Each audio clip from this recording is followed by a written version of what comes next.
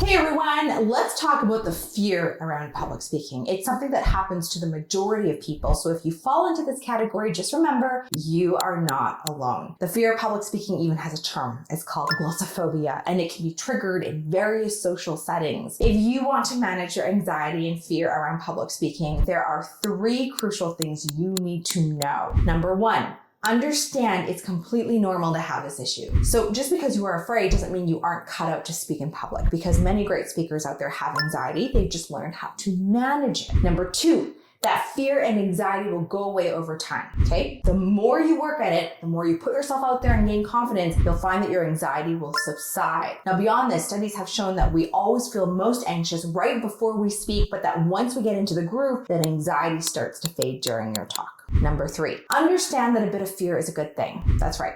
Our goal is not to eliminate the fear entirely. We need a bit of that fear to help us perform better. Your fear gets your adrenaline pumping, your heart going, it gets your mind focused. We want all those things for optimal performance. But again, we need to figure out how to manage that. Now, if you found these tips helpful, make sure to subscribe to my YouTube channel and check out my other videos. I have a longer video about managing fear that goes into more depth that you will want to watch, that I know will be helpful. I also have an amazing public speaking course where I teach you everything you need to know to improve your public speaking skills that my students around the world have taken, and they have found success and they just love. So just hit the link above to go to my website, sparkyourspeaking.com. See you later.